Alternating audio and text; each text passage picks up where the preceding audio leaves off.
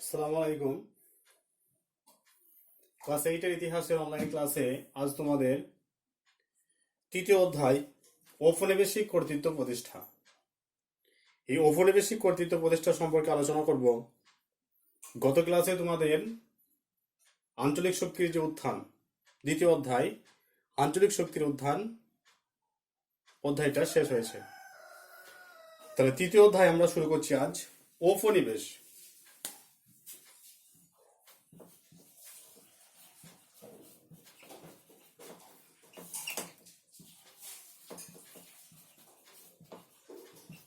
ঔপনিবেশ কাকে বলে? যখন কোনো একটি বৃহৎ শক্তিশালী দেশ অন্য কোনো দুর্বল দেশের ওপর কর্তৃত্ব কায়েম করে এবং দেশটিকে নিজেদের স্বার্থে ব্যবহার করে, তখন তাকে বৃহৎ শক্তিশালী দেশটির উপনিবেশ বলা হয়। উদাহরণ হিসেবে আমরা বলতে পারি ভারতবর্ষ ব্রিটিশদের উপনিবেশ ছিল। তাহলে যখন কোনো একটি বৃহৎ এবং শক্তিশালী দেশ কোনো একটি দুর্বল দেশের উপর কর্তৃত্ব কায়েম করে এবং দেশটিকে নিজেদের স্বার্থে ব্যবহার করে, তখন তাকে বলা হয় উক্ত দেশের উপনিবেশ। উক্ত দেশ বলতে ওই বৃহৎ দেশের উপনিবেশ। উদাহরণ হিসেবে আমরা বলতে পারি যে ভারতবর্ষ ব্রিটিশদের উপনিবেশ ছিল। দেখো, এই অধ্যায়ে তোমাদের তিনটে টপিক নিয়ে আজকে আলোচনা করব। মাদ্রাজ, বোম্বাই এবং বাংলা প্রেসিডেন্সি, 1773 খ্রিস্টাব্দে রেগুলেটিং অ্যাক্ট, আর 1784 খ্রিস্টাব্দে উইলিয়াম পিটের ভারত শাসন আইন। এই তিনটে জিনিস নিয়ে আজকে মূলত আলোচনা করব। তাহলে প্রেসিডেন্সি,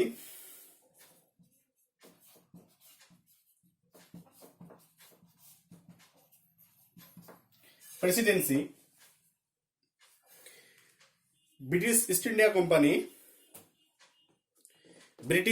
ইন্ডিয়া কোম্পানির ভারতীয় উপমহাদেশের প্রধান ঘাঁটি ছিল বোম্বাই, মাদ্রাজ এবং বাংলা। তাহলে বাংলা, বোম্বাই এবং মাদ্রাজ এই তিনটি জায়গায় ব্রিটিশ ইস্ট ইন্ডিয়া কোম্পানির প্রধান বাণিজ্য ঘাঁটি ছিল।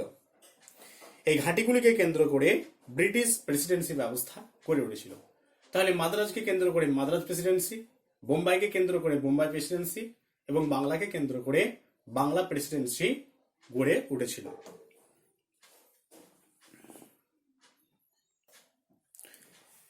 মাদ্রাজ প্রেসিডেন্সি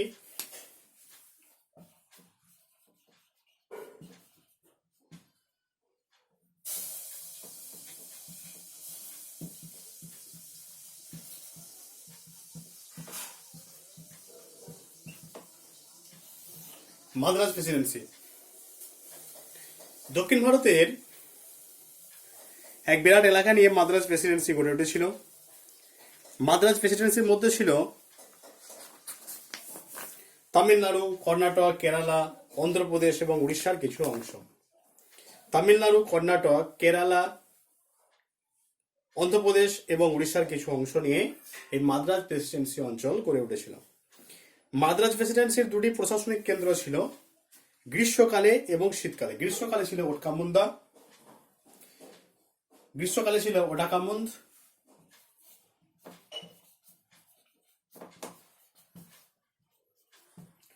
এবং শীতকালে, এটা হচ্ছে গ্রীষ্মকালে ছিল ওটাকামুন্দ আর শীতকালে ছিল মাদ্রাজ। দুটি প্রশাসনিক ব্যবস্থা ছিল মাদ্রাজ প্রেসিডেন্সির। গ্রীষ্মকালে উটকামুন্দ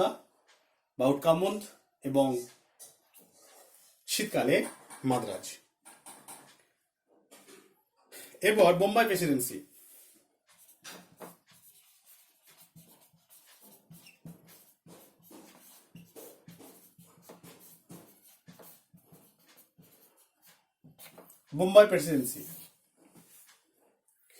পশ্চিম ভারতের ইস্ট ইন্ডিয়া কোম্পানির গুরুত্বপূর্ণ ঘাঁটি ছিল এই বোম্বাই প্রেসিডেন্সি অঞ্চল।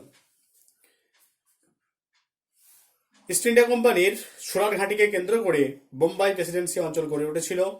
বোম্বাই প্রেসিডেন্সির মধ্যে অন্তর্ভুক্ত ছিল পশ্চিম ভারত, মধ্য ভারত, আরব সাগরের তীরবর্তী অঞ্চল এবং সিন্ধু প্রদেশ। তাহলে বোম্বাই প্রেসিডেন্সির মধ্যে যে সমস্ত জায়গাগুলো যুক্ত ছিল, অন্তর্ভুক্ত ছিল, তার মধ্যে প্রধান হলো পশ্চিম ভারত, মধ্য ভারত, আরব সাগরের তীরবর্তী অঞ্চল এবং সিন্ধু প্রদেশ। 3 নম্বর হচ্ছে বাংলা প্রেসিডেন্সি অঞ্চল। বাংলা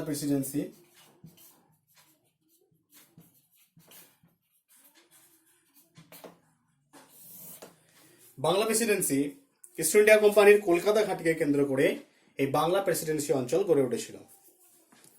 বাংলা প্রেসিডেন্সির অন্তর্ভুক্ত ছিল বাংলা, বিহার, উড়িষ্যা, আসাম এবং ত্রিপুরা।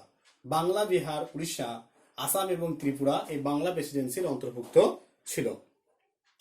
পরবর্তীকালে বাংলা প্রেসিডেন্সির সঙ্গে যুক্ত হয়েছিল পাঞ্জাব, উত্তর ভারত, মধ্য ভারত এবং গঙ্গা ব্রহ্মপুত্র অববাহিকা অঞ্চল। তাহলে ব্রিটিশ ইস্ট ইন্ডিয়া কোম্পানি এই মাদ্রাজ প্রেসিডেন্সি, বোম্বাই প্রেসিডেন্সি এবং বাংলা প্রেসিডেন্সিকে কেন্দ্র করে সেই সময় প্রশাসনিক দপ্তরগুলোকে তারা পরিচালনা করত। এরপর আমরা 1773 খ্রিস্টাব্দের রেগুলেটিং অ্যাক্ট সম্পর্কে জানব। এরপর 1773 খ্রিস্টাব্দে রেগুলেটিং অ্যাক্ট সম্পর্কে জানব। দেখো এর আগের অধ্যায়ে আমরা জেনেছি যে 1757 খ্রিস্টাব্দে 23শে জুন পলাশির যুদ্ধে ইংরেজ ইস্ট ইন্ডিয়া কোম্পানি বাংলার নবাব সিরাজউদ্দৌলাকে পরাজিত করেছিল। তাহলে বাংলা নবাব সিরাজউদ্দৌলাকে পরাজিত করে বাংলায় সাম্রাজ্য বিস্তারের ভিতটা তারা তৈরি করেছিল। তারপর 1764 খ্রিস্টাব্দে বক্সারের যুদ্ধ হয়েছিল। এই বক্সারের যুদ্ধে 3 জনকে পরাজিত করেছে। বাংলা নবাব মীর কাসিম, অযোধ্যা নবাব সুজাউদ্দৌলা এবং দিল্লির সম্রাট দ্বিতীয় শাহ আলমের সম্মিলিত বাহিনীকে ইংরেজ ইস্ট ইন্ডিয়া কোম্পানি পরাজিত করেছে এবং ভারতে তারা অপ্রতিদ্বন্দ্বী শক্তি হিসেবে নিজেদেরকে তুলে ধরেছে। তাহলে এরপর 1764 খ্রিস্টাব্দের পর মোটামুটি ভাবে তারা ভারতবর্ষের যে সাম্রাজ্য বিস্তার, সেই সাম্রাজ্য বিস্তার শুরু করছে এবং এরকম পরিস্থিতিতে ইস্ট ইন্ডিয়া কোম্পানির সঙ্গে যুক্ত নয় এরকম বণিকুল, রাজনীতিবিদ এবং বুদ্ধিজীবী শ্রেণী এই একচ্ছত্র আধিপত্য স্থাপনের বিরোধিতা করে ইংরেজ ইস্ট ইন্ডিয়া কোম্পানি। এই পরিস্থিতিতে ভারতবর্ষে ব্রিটিশ ইস্ট ইন্ডিয়া কোম্পানির কাজকর্ম নিয়ন্ত্রণ করার উদ্দেশ্যে 1773 খ্রিস্টাব্দে ব্রিটিশ পার্লামেন্ট রেগুলেটিং অ্যাক্ট পাশ করে। এই আইন ইস্ট ইন্ডিয়া কোম্পানি আইন নামে পরিচিত। ব্রিটিশ প্রধানমন্ত্রী লর্ড নর্থের উদ্যোগে এই আইনটি পাশ হয়। ব্রিটিশ প্রধানমন্ত্রী লর্ড নর্থের উদ্যোগে এই আইনটি পাশ হয়েছিল।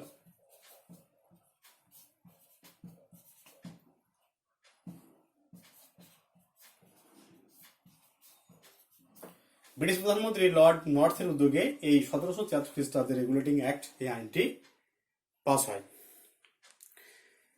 এরপর এই আইনের বেশ কিছু শর্ত ছিল, সেই শর্তগুলো দেখবো যে কি কি শর্ত ছিল 1773 খ্রিস্টাব্দে রেগুলেটিং অ্যাক্ট, সেই রেগুলেটিং অ্যাক্টের কি কি শর্ত ছিল সেগুলো দেখব। 1 নম্বর, মাদ্রাজ, বোম্বাই এবং বাংলা প্রেসিডেন্সি নিয়ে ভারত ইস্ট ইন্ডিয়া কোম্পানি কেন্দ্রীয় সরকার গঠিত হয়। একটু আগে আলোচনা করেছি প্রেসিডেন্সি অঞ্চল। তাহলে ভারতবর্ষে বাংলা, মাদ্রাজ এবং বোম্বাই এই 3টি প্রেসিডেন্সি অঞ্চলকে নিয়ে ইংরেজ ইস্ট ইন্ডিয়া কোম্পানির কেন্দ্রীয় সরকার গঠিত হয়। এটা 1 নম্বর। 2 নম্বর হচ্ছে যে বাংলার গভর্নর কেন্দ্রীয় সরকারের প্রধান। বাংলার গভর্নর কেন্দ্রীয় সরকারের প্রধান হবেন। তাহলে মাদ্রাজ, বোম্বাই এবং বাংলা যে প্রেসিডেন্সি অঞ্চল, সেই 3টি প্রেসিডেন্সি অঞ্চলের প্রধান হবেন বাংলার গভর্নর জেনারেল। তার উপাধি হবে গভর্নর জেনারেল। তাহলে বাংলার গভর্নর থেকে হয়ে গেল পদটা গভর্নর জেনারেল। তিনি মাদ্রাজ ও বোম্বাই প্রেসিডেন্সির উপর কর্তৃত্ব করবেন। 3 নম্বর, বাংলার প্রথম গভর্নর জেনারেল হয়েছিলেন ওয়ারেন হেস্টিংস। এই ওয়ারেন হেস্টিংস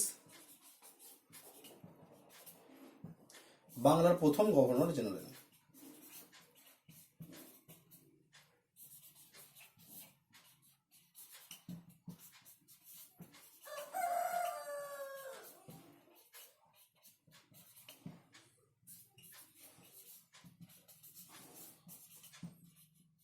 আগে ছিল গভর্নর, এরপর হয়ে গেল পদটা নতুন 1773 খ্রিস্টাব্দে অ্যাক্ট অনুযায়ী পদটা চেঞ্জ হয়ে পদটা পরিবর্তন হয়ে হলো গভর্নর জেনারেল। তাহলে প্রথম গভর্নর জেনারেল ছিলেন ওয়ারেন হেস্টিংস। গভর্নর জেনারেলকে সহায়তা করার জন্য 4 জন সদস্যের একটি কাউন্সিল গঠিত হয়। এই কাউন্সিলের সংখ্যাগরিষ্ঠ সদস্যদের মতামত নিয়ে গভর্নর জেনারেল কার্য পরিচালনা করবেন। এই কাউন্সিল সদস্যদের মেয়াদ 4 বছর। কাউন্সিলের যারা সদস্য, সেই কাউন্সিল সদস্যদের মেয়াদ হলো 4 বছর। ওয়ার্ড হেস্টিংস প্রথম 4 জন কাউন্সিল সদস্য ছিলেন। ওয়ার্ড হেস্টিংসের প্রথম 4 জন কাউন্সিলের যারা সদস্য তারা হলেন, এই 4 জন সদস্য হলেন ওয়ার্ড হেস্টিংসের কাউন্সিলের 4 জন সদস্য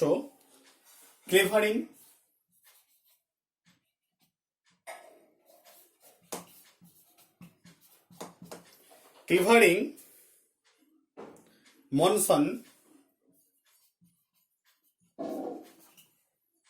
Barwell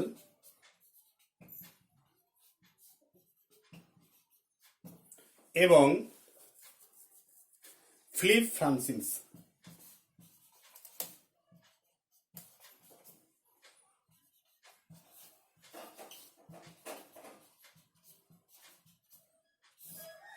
ক্লেভারিং, Monson, Barwell, Philip Francis এই 4 জন হলেন ওয়ার্ড হেস্টিংসের 4 জন কাউন্সিলের সদস্য। আর 5 নম্বর শর্ত হচ্ছে, এই আইনে কলকাতায় একটি সুপ্রিম কোর্ট স্থাপিত হয় এবং সুপ্রিম কোর্টের প্রধান বিচারপতি নিযুক্ত হয়েছিলেন স্যার এলিজা ইম্পে। তাকে সহযোগিতা করার জন্য আরো 3 জন বিচারপতি নিযুক্ত হন।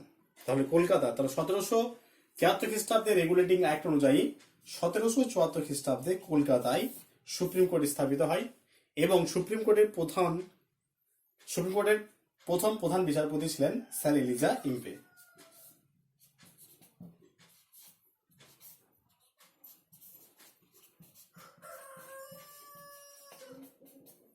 স্যার এলিজা ইম্পেকে সহযোগিতা করার জন্য আরো 3 জন বিচারপতি নিযুক্ত হয়েছিল।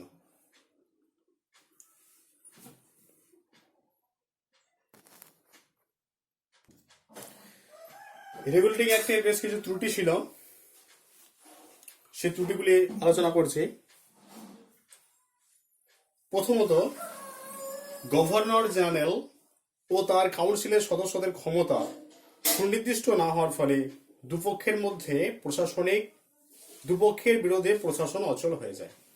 তাহলে গভর্নর জেনারেল এবং তাকে সহযোগিতা করার জন্য যে 4 জন ক্লেভারিং, মনসন, বারওয়েল এবং ফিলিপ ফ্রান্সিস এদেরকে নিযুক্ত করা হয়েছিল, এদের মধ্যে ক্ষমতার দুপক্ষের যে ক্ষমতা, কার কি ক্ষমতা থাকবে সেটা উল্লেখ না থাকার কারণে এদের মধ্যে প্রশাসনিক বিরোধ হয়েছিল এবং বিরোধের ফলে প্রশাসন অচল হয়ে পড়েছিল। 1 নম্বর। 2 নম্বর হচ্ছে, বোম্বাই ও মাদ্রাজের ওপর বাংলার গভর্নর জেনারেলের ক্ষমতা সুনির্দিষ্ট না হওয়ার ফলে নানা সমস্যার সৃষ্টি হয়। তাহলে বাংলার যে গভর্নর, সে বোম্বাই এবং মাদ্রাজ এই প্রেসিডেন্সি অঞ্চলগুলোকে দেখবে, সেক্ষেত্রে তার ক্ষমতা সুনির্দিষ্ট করা হয়নি, তাই বিভিন্ন রকমের সমস্যার সৃষ্টি হয়েছিল। 3 নম্বর, সুপ্রিম কোর্টের ক্ষমতা নির্দিষ্ট না হওয়ার ফলে সুপ্রিম কোর্ট দেশীয় কোর্টগুলির উপর হস্তক্ষেপ করা শুরু করে। তাহলে 1774 খ্রিস্টাব্দে কলকাতায় যে সুপ্রিম কোর্ট স্থাপিত হয়েছিল, সেই সুপ্রিম কোর্টের ক্ষমতা সম্পর্কে কিছু নির্দিষ্ট না হওয়ার ফলে সেই সুপ্রিম কোর্ট কি করেছিল, অন্যান্য যে সমস্ত কোর্টগুলো ছিল তার উপর হস্তক্ষেপ করতে শুরু করে। 4 নম্বর, গভর্নর জেনারেলের সঙ্গে সুপ্রিম কোর্টের সম্পর্ক স্থির না হয় দুপক্ষের মধ্যে ক্ষমতা নিয়ে বিরোধ শুরু হয়। এত কিছু ত্রুটি সত্ত্বেও এই 1773 খ্রিস্টাব্দের রেগুলেটিং অ্যাক্টের বেশ কিছু গুরুত্ব আমরা লক্ষ্য করি। সেই গুরুত্বগুলো কি কি ছিল একটু দেখব।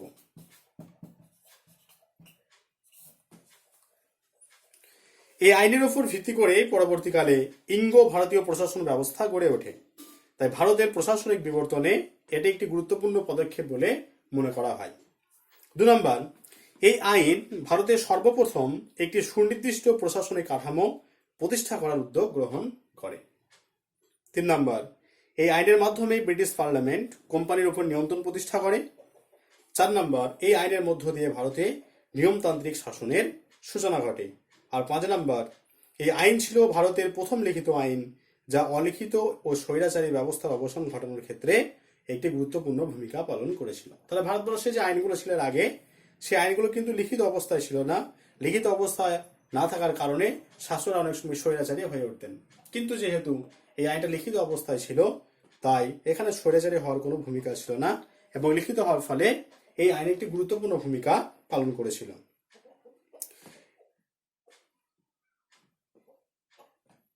ভারতবর্ষে এই আইনের শাসন প্রতিষ্ঠার ক্ষেত্রে গুরুত্বপূর্ণ ভূমিকা গ্রহণ করে।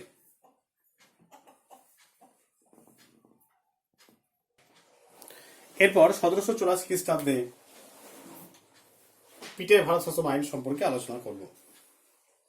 তাহলে 1773 খ্রিস্টাব্দের রেগুলেটিং অ্যাক্টের যে ত্রুটিগুলি ধরা পড়েছিল, সেই ত্রুটিগুলি প্রতিকারের জন্য ইংল্যান্ডের প্রধানমন্ত্রী পিটের আমলে একটি নতুন আইন পাস হয়েছিল, যা পিটের ভারত শাসন আইন বা ইস্ট ইন্ডিয়া কোম্পানি অ্যাক্ট 1784 নামে পরিচিত। পিটের নাম অনুসারে এই আইন পিটের ভারত শাসন আইন নামে পরিচিত, অথবা এই আইন ইস্ট ইন্ডিয়া কোম্পানি অ্যাক্ট 1784 নামেও পরিচিত। এই আইনটি 1750 খ্রিস্টাব্দ পর্যন্ত চালু ছিল। পিটের ভারত শাসন আইন প্রবর্তনের উদ্দেশ্য। 1784 খ্রিস্টাব্দে পিট যে আইন চালু করেছিল, সে আইন প্রবর্তনের কি কি উদ্দেশ্য ছিল সেগুলো দেখব। উদ্দেশ্য 1 নম্বর হচ্ছে যে 1773 খ্রিস্টাব্দের রেগুলেটিং অ্যাক্টের ত্রুটিগুলি দূর করা, এবং 2 নম্বর ভারত ইস্ট ইন্ডিয়া কোম্পানির অধিকার যতটা সম্ভব অক্ষুণ্ণ রেখে তার কাজকর্মের ওপর সরকারের নিয়ন্ত্রণ প্রতিষ্ঠা করা। এই দুটো উদ্দেশ্য নিয়ে 1784 খ্রিস্টাব্দের পিটের ভারত শাসন আইন পাশ হয়। এক হচ্ছে 1773 খ্রিস্টাব্দের রেগুলেটিং অ্যাক্টের যে ত্রুটিগুলি ছিল সেই ত্রুটিগুলি দূর করা, আর 2 নম্বর ইস্ট ইন্ডিয়া কোম্পানির অধিকার যতটা সম্ভব অক্ষুণ্ণ রেখে তার কাজকর্মের উপর সরকারের নিয়ন্ত্রণ প্রতিষ্ঠা করা। এরপর পিটের ভারত শাসন আইনের কিছু গুরুত্বপূর্ণ সিদ্ধান্ত গ্রহণ করেছিল। সেই সিদ্ধান্তগুলো কি কি দেখব।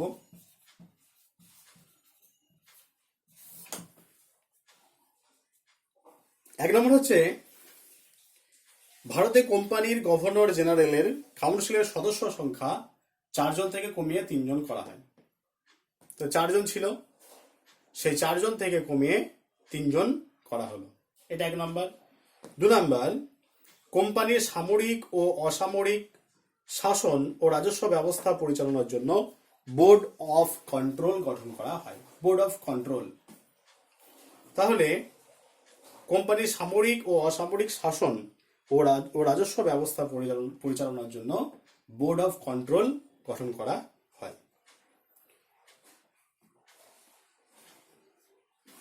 3 নম্বর মাদ্রাজ ও বোম্বাই প্রেসিডেন্সির ওপর গভর্নর জেনারেলের ক্ষমতা সুস্পষ্টভাবে প্রতিষ্ঠিত করা হয়। তাহলে 1773 খ্রিস্টাব্দের রেগুলেটিং অ্যাক্টে এই বোম্বাই এবং মাদ্রাজ প্রেসিডেন্সির ওপর বাংলা গভর্নর জেনারেলের ক্ষমতা কতটা থাকবে এটা কিছু সুনির্দিষ্ট করে বলা হয়নি, কিন্তু 1784 খ্রিস্টাব্দে পিটের ভারত শাসন আইনে সেটা দূর করা হয়, এবং মাদ্রাজ এবং বোম্বাই প্রেসিডেন্সির ওপর বাংলার যে গভর্নর জেনারেল, সেই গভর্নর জেনারেলের ক্ষমতাকে সুস্পষ্ট করা হয় এই আইনে।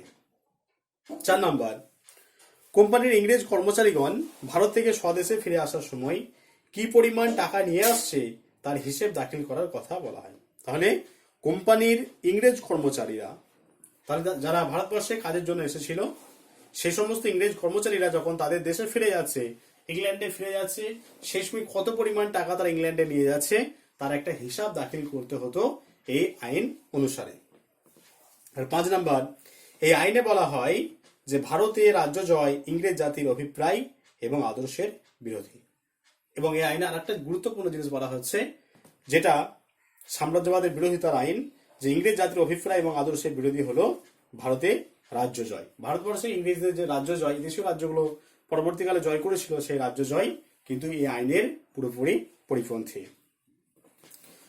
তাহলে পিটের ভারত শাসন আইনের দ্বারা ব্রিটিশ সরকার ও ব্রিটিশ ইস্ট ইন্ডিয়া কোম্পানির মধ্যে সমন্বয় সাধিত হয়। এই আইনে যে প্রশাসনিক কাঠামো প্রতিষ্ঠিত হয়েছিল তা 1858 খ্রিস্টাব্দ পর্যন্ত অক্ষুণ্ণ ছিল। আজ তোমাদের ঔপনিবেশিক কর্তৃত্ব প্রতিষ্ঠায় এই মাদ্রাজ, বোম্বাই এবং বাংলা প্রেসিডেন্সি অঞ্চল সম্পর্কে আলোচনা করা হলো। 1773 খ্রিস্টাব্দের রেগুলেটিং অ্যাক্ট এবং 1784 খ্রিস্টাব্দে পিটের ভারত শাসন আইন, এই তিনটে টপিক নিয়ে আলোচনা করা হলো। কারো যদি কিছু বুঝতে অসুবিধা হয় আমাকে অবশ্যই জানাবে, সে জায়গাটা সমাধান করার চেষ্টা করব।